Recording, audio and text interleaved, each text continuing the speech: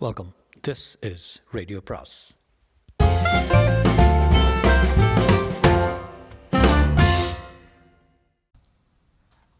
அனைவருக்கும் அன்பு வணக்கம். ராக்கி ரங்கராஜன் கோஸ்ட் அத்தியாயம் 2. உருவம் தெரியாமல் வெறும் குரல் மட்டும் கேட்டபோது எனக்கும் கோபாலிக்கும் கொஞ்சம் திகில் ஏற்படுத்தான் செய்தது. இந்த அட்மாஸ்பியரே என்னவோ போல் இருக்குது நரீஷ. ஸ்கூட்டரை இன்னும் கொஞ்சம் தூரம் தள்ளிட்டு போகலாமே, மெயின் ரோடு வந்துடும் என் காதலுக்கு கிசுகிசு தான் கோபாலி. ஆனால் 2 பேரில் நான் கொஞ்சம் தில் உள்ளவன். ஓடுற பாம்பை துரத்திக்கிட்டு போய் மிதிக்கிற வயசு. இந்த பழம்பெரும் கட்டிடத்தில் என்னவோ ஒரு மர்மம் இருக்குது, அதை கண்டாக வேண்டும்னு கிட்டத்தட்ட வெறியே ஏற்பட்டு விட்டுச்சு. யாரும் வரக்கூடாதுன்னு எச்சரித்த குரலை லட்சியம் செய்யாமல் கேட்டை திறங்க, முதல்ல கிட்ட வந்து உங்கள் முகத்தை காட்டி பேசுங்க என்றேன். கோபாலி என் கையை இறுக பிடித்து கொண்டு என் கெஞ்சலை மறுபடியும் மானசீகமாக தெரிவித்தான். என்னுடைய விடாப்பிடி அந்த குரலுக்குடையவனை மசிய வச்சது போலும். அந்த விளக்கு வெளிச்சம் கொஞ்சம் கொஞ்சமாக அருகில் வந்தது. அது ஹரிக்கேன் விளக்கு. அதை தூக்கி பிடிச்சிருந்த கையில் சருமம் சுருங்கி நரம்புகள் புடைத்திருந்ததை கொண்டு அது ஒரு கிழவன் என்று தெரிந்தது. அழுக்காக 2-3 சட்டையும் அது மேலே கோட்டும் போட்டுருன்னா விளக்கை தூக்கி பிடித்தபடி எங்களை நோக்கி வந்தான். அவனுடைய ஷெட்டுக்கும் கேட்டுக்கும் ஒரு 10-15 அடி தூரம் தான் இருக்கும். இருந்தாலும் அவன் எங்கோ தொலை தூரத்துலேருந்து மணிக்கணக்காக மைல் கணக்காக வந்து கொண்டே இருப்பது போல் ஒரு பிரமை ஏற்படுது எங்களுக்கு. இங்கெல்லாம் தங்க முடியாது, போன்னு சொன்ன நான் உங்களுக்கு காது கேட்கல என்றான் கரகரத்த குரலில். முதல்ல கவனிக்கல. இதற்கு நான் எப்படிப்பட்டவரையும் மசிய வைக்கிற மந்திரக்கோலம் கேட்ட வழியாக அவன் கண் முன்னே நீட்டினேன். 5 ரூபா நோட்டை அவன் வாங்கி கொள்ளலே தவிர கேட்டை திறந்தான். என்ன வேணும் உங்களுக்கு என்றான். ஸ்கூட்டரு ரிப்பேர் ஆகிடுது, ராத்திரி வேலை இங்கே தங்கிட்டு விடிகாலம் எழுந்துட்டு போயிடுறோம், உங்கள் எஜமானர்கிட்ட கொஞ்சம் சொல்லுப்பா என்றேன். எஜமானரா? மாளிகை ஒரு முறை நோக்கி விட்டு எங்களை பார்த்து சிரித்தான். உதட்டுக்கு மேல் மீசை குலுங்கியது. அங்கே எஜமானர் யாரும் கிடையாது, காலி பங்களா. எத்தனை நாளாக காலியாக இருக்குது? 60 வருஷத்துக்கு மேலா? கோபாலி நானும் ஒருவரை பார்த்துக்கிட்டோம். இந்த ரூபாயை வாங்கிக்க முன்னால் என்று மறுபடியும் நோட்டை நீட்டினேன். அவன் பரிதாபத்துடன் தலையசைத்தான். பணத்துக்காக இல்லைங்க, உங்களை பார்த்தா நல்லவங்களா தெரியுது, இது நல்ல இடம் இல்லை. சற்று தயங்கி விட்டு சொல்ல வேண்டாம் என்று நினைத்ததையும் சொல்லிவிட்டான். பாழந்து மாளிகை, பேய் பிசாசுகள் உலாகிற இடம். ஓ என்றான் கோபாலி. சரி போயிடலாம் என்று கையை பிடித்தான். அதை மெல்ல நான் விடுவித்துக்கொண்டேன். பெரியவரா, எதுக்கு நீங்கள் வச்சுக்கோங்க என்று சொல்லி நோட்டை அவன் கோட்டு பைக்குள் நானே சொருகி விட்டேன். பேய் பிசாசுகளை பற்றி நாங்கள் ஆராய்ச்சி செய்கிறோம் தான், பல கட்டுரைகள் எழுதியிருக்கோம், லெக்சர்கள் பண்ணியிருக்கோம். ஆகவே எங்களை பற்றி பயப்படாதீங்க, முன்னே போங்க என்று அவர் தோளில் கையை வைத்து வற்புறுத்தினேன். கோபாலி என் முகத்தை பார்த்தேன். எதனாலோ தெரியல, முதல்ல இருந்த திகில் இப்போ குறைஞ்சிருந்தது. என்னை போலவே அவனிடமும் ஒருவித ஆர்வம் ஏற்பட்டிருந்தது. கிழவன் முன்னே நடந்தான். கோபாலி ஸ்கூட்டரை போர்ட்டிகோவில் ஓரத்தில் நிறுத்தினான். அது வெறும் மாளிகை இல்லை, ஒரு சின்ன அரண்மனை. ஆனால் தூசியில் புதஞ்சிருந்தது. ஒட்டடையின் மனம் மூக்கு அடைச்சிது. ஹரிக்கன் விளக்கு தூக்கி ஒரு காகிதத்தை கொளுத்தி மூலைகளிலிருந்து பெரிய மெழுகுவர்த்திகள்லாம் ஏற்றினான் கிழவன். 4 திசையிலிருந்து அவற்றின் நிழல்கள் ஒன்றோடொன்று மோதிய போது வினோதமான அமானுஷ்யமான உருவங்கள் சுவர்கள் எங்கும் தரையெங்கும் திடீர்னு தோன்றி படபடையாக சஞ்சரித்தன. அது முன்ஹாலு. வெல்வெட்டு பொருத்தப்பட்ட பழைய சோஃபாக்களும் உயரமான முதுகளை கொண்ட நாற்காலிகளும் போடப்பட்டிருந்தன. ஒரு தட்டுனா அந்த மாளிகையே மூழ்கடிக்கக்கூடிய புழுதி கிளம்பும் போல் இருந்தது. ஹாலை அடுத்து ஒரு பெரிய அறை இருந்தது. அதை சாவி கொண்டு திறக்கும்னு கிழவன் மறுபடியும் எங்களை கெஞ்சுற மாதிரி பார்த்துட்டு, மறுபடியும் சொல்கிறேன், பார்த்துட்டு போயிடுங்க, இங்கே யாரும் ராத்திரி தங்கினது கிடையாது, தங்கினா காலையில் உயிரோடு திரும்பி எதுவும் கிடையாது. நான் ஏன் அப்படி என்ன நேரம் தைரியத்தை கேட்டு கூட்டிகிட்டு கோபாலி கேட்டான். ராஜா ஹனுமந்தப்பாவின் ஆவி அவர்களை கழுத்தை நெரிச்சிடும்.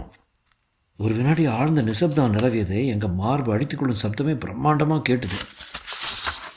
கிழவன் ஒரு பெருமூச்சு விட்டான். பாவம் சின்ன வயது, ஆனால் இவங்களுடைய விதி இப்படி இருந்தால் யார் தான் காப்பாற்ற முடியும் என்று அந்த பெருமூச்சு சொல்லாமல் சொல்லிச்சேன். அடுத்த கதவை திறந்தான். அங்கேயும் மூளைக்கு மூலம் மெழுகுவத்திகளை கொளுத்திய பின்னர் தான் இன்னும் விஸ்தாரமான, இன்னும் அலங்காரமான மண்டபம்னு தெரிஞ்சது. அரை ஊரா நிலை கண்ணாடிகள் நின்றிருந்தன. மிக உயரத்தில் வர்ண கோலங்கள் போட்ட விதானம் தெரிந்தது. அங்கிருந்து அழகழகான லஸ்தர் விளக்குகள் தொங்கின. ஆனால் கீழே நடந்து கொண்டிருக்கிற ஏதோ ஒரு சோக நாடகத்தை பார்த்து துன்பப்படுற மாதிரி அந்த லஸ்தர்கள் ஒரு சோகமும் மௌனமும் குடிக்கொண்டிருந்தன.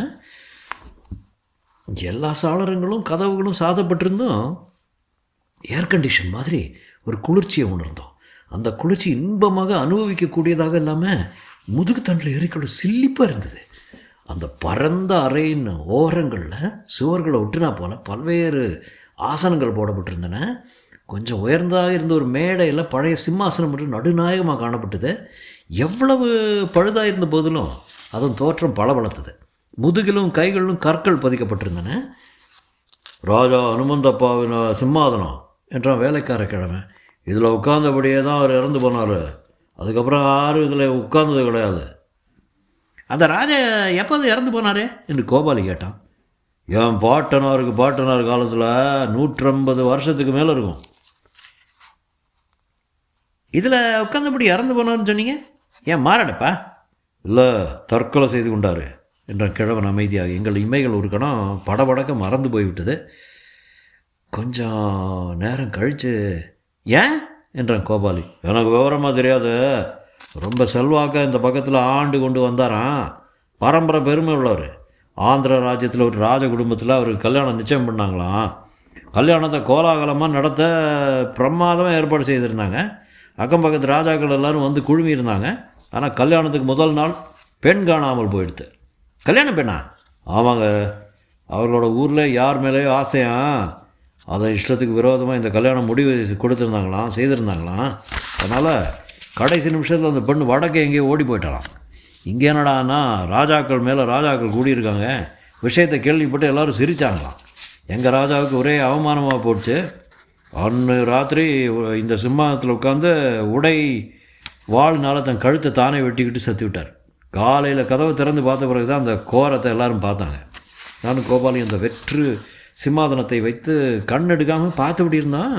இந்த வினாடி கூட அங்கே அந்த ராஜா அனுமந்தப்பா வந்து உட்காருவது போலவும் தலையை கைகளினால் பித்து கொள்கிற மாதிரியும் வெறிக்கிற மாதிரியும் வாளினால் கழுத்தை அறுத்து கொள்கிற மாதிரியும் அடுத்தடுத்த காட்சிகள் ஸ்லோ மோஷன் நடந்தன. அப்புறம் அப்பால் என்ன, ஒரு ராஜா தன் சிம்மாசனத்தில் செத்து போனார்னா அதுக்கும் தற்கொலை பண்ணிக்கொண்டார்னா அந்த ராஜா எப்படி உருப்படும்? சின்னாவனமாக சிதைந்து விட்டது. கடைசியில் இந்த மாளிகை மட்டும்தான் மிஞ்சியது. இதை சுற்றி இருக்கிற 1000 ஏக்கர் நிலம், அரண்மனை கஜானாவில் இருக்கிற நகைகள், இதெல்லாம் யார் எடுத்துக்கொள்வதுன்னு சண்டை வந்தது. வெள்ளைக்காரன் சமாதானம் பண்ணி ஆளுக்கு கொஞ்சம் பிரித்து தந்து தானும் கொஞ்சம் எடுத்துக்கிட்டான். இந்த மாளிகை பாக்கி இருந்தது. ராஜவம்சத்தில் ஒருத்தர் தன் குடும்பத்தோடு கொஞ்ச நாள் தங்கியிருந்தார். ஒரு நாள் ராத்திரி ரத்தமாக கக்கிக்கிட்டு விழுந்து இறந்து போனார். அவரோட குடும்பம் பூராவும் பூனாவுக்கு போய்விட்டது. அதன் பிறகு ஒவ்வொருவராக பல பேர் தங்கினாங்க. வந்த தினத்தன்றே நடுராத்திரியில் சில பேர் உயிரை விட்டாங்க. தினம் ராத்திரி 12 மணிக்கு இங்கே ஒரு சிரிப்பு சத்தம் கேட்கும். ராஜாவோட ஆவி வரும். கிழவு நேற்று வைத்த மெழுகுவத்திகள் 2 அணைந்து விட்டது. அதன் மெல்லிய புகைப்படலும் மட்டும் நடு அந்தரத்தில் சதிராடியதை பார்க்கையில் நீண்ட எலும்பு உருவங்கள் ஒன்றோடொன்று மோதிக்கொள்கிற மாதிரி இருந்தது.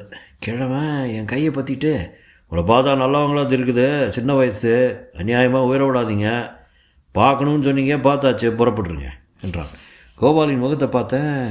தன் கலவரம் எனக்கு தெரியக்கூடாதுங்கிற எண்ணிய மாதிரி தலை குனிஞ்சிருந்தான்.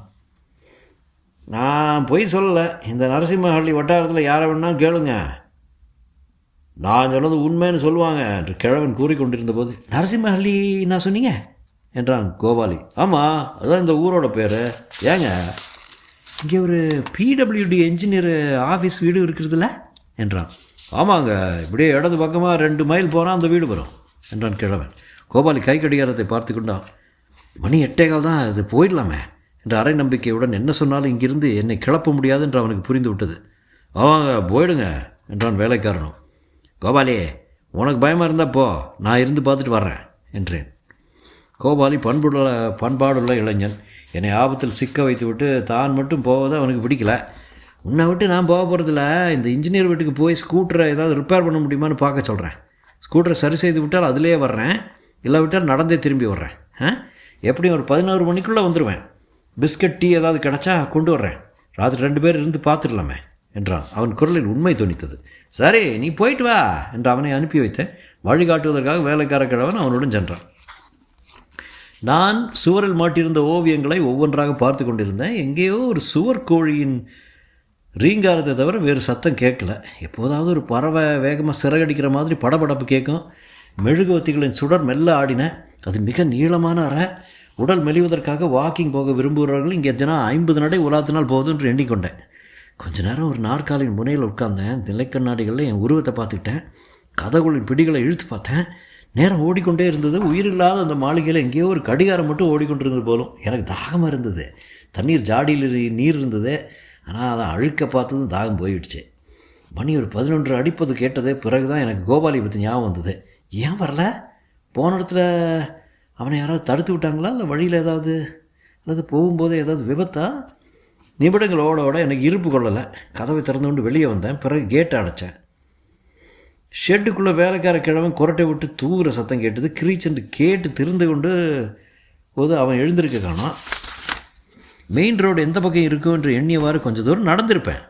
எதிரில் கோபாலி வருவது கண்ணில் பட்டது. ஸ்கூட்டரில் நடந்து தான் வந்தான். என்னாச்சே, இன்ஜினியர் வீடு கண்டுபிடிச்சியா என்றேன். என்றான். ஸ்கூட்டரை சரி செய்ததான் சொன்னாங்களா? அதற்கும் தான் பதிலாக வந்தது. போன இடத்துல அவனை பயமுறுத்தி இருப்பார்கள் என்று ஊகித்து கொண்டேன். உள்ளுக்குள்ளே ஆடி போயிருப்பதால் வாய் விட்டு பேச விரும்பாமல் இருக்கான்னு நினைத்தேன். எனக்கு முன்னதாகவே வேகமாக நடந்து சிம்மாதன அறையை அடைந்தான் கோபாலி. அவனுடைய வேகம் ஆச்சரியம் அளித்தது. எதையோ கண்டுபிடிக்க அல்லது எதையோ செய்து முடிக்க ஆர்வமாக இருப்பது போல தோன்றியது. நான் கோபாலி, ஏன் என்னவோ போல் இருக்க என்ற என் கேள்விக்கு பதில் ஒன்றும் கூறாமல் பின்கையை கட்டியபடி அறையில் உலாத்த தொடங்கினான். கை கடிகாரத்தை பார்த்தேன். மணி 11:45. ராஜா ஹனுமந்தாபாவின் ஆவி அப்படியொன்று இருக்குமானால் பிரசன்னமாவதற்கு 15 நிமிடங்கள் இருந்தன. எங்கிருந்தோ இனம் தெரியாத ஒரு ஒலி ஒன்று கேட்டேன். உற்று கேட்டேன். யாரோ சிரிக்கிற சத்தம். தொடரும்.